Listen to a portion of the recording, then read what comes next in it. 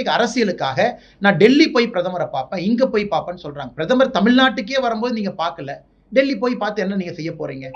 ஆனா பிரதமர் தமிழகத்திற்கு வரும் பொழுது பிரதமர் இங்கேயே வர்றாரு, சந்திக்கலாமே. அதாவது இதுக்கு ஒரு பழமொழி சொல்லுவாங்கன்னா, எல்லாம் சுத்தி வந்தாங்களாமா, கடைசியில் புதையல் அங்கேயே இருந்துச்சாமா. பிரதமர் அவர்கள் ராமநாதபுரம், ராமேஸ்வரம் வந்தாங்க. அன்னைக்கு முதலமைச்சர் அவங்க ஊட்டி போயிட்டாங்க. பிரதமர் அவர்கள் இன்னைக்கு அவங்க கோயம்புத்தூருக்கு வந்திருக்கிறாங்க.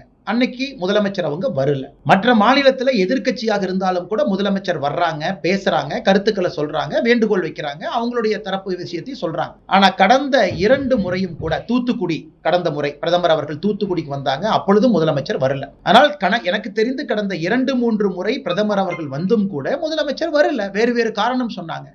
இந்த முறை மினிஸ்டர் வெயிட்டிங்னு சொல்லிட்டு நம்முடைய வெள்ளக்கோவில் சாமிநாதன் அமைச்சர் அவங்க அனுப்பியிருந்தாங்க. ஸோ புரோட்டோகால் படி அமைச்சர் வர்றாங்க, வணக்கம் சொல்றாங்க, கிளம்புறாங்க. அதனால் முதலமைச்சர் அவர்கள் தான் அவங்க இன்ஸ்டிடியூஷனை பயன்படுத்தி பிரதமர்கிட்ட முறையிடலாம், கேட்கலாம், அவங்க கருத்தை சொல்லலாம்.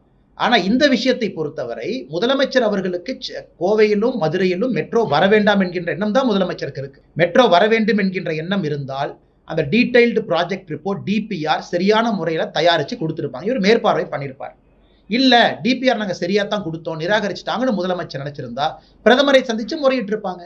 அதனால் 2 இடத்திலும் கூட கவனம் கொடுக்காத முதலமைச்சர் அவர்கள் இன்னைக்கு அரசியலுக்காக நான் டெல்லி போய் பிரதமரை பார்ப்பேன், இங்க போய் பார்ப்பேன்னு சொல்றாங்க. பிரதமர் தமிழ்நாட்டுக்கே வரும்போது நீங்க பார்க்கல, டெல்லி போய் பார்த்து என்ன நீங்க செய்ய போறீங்க?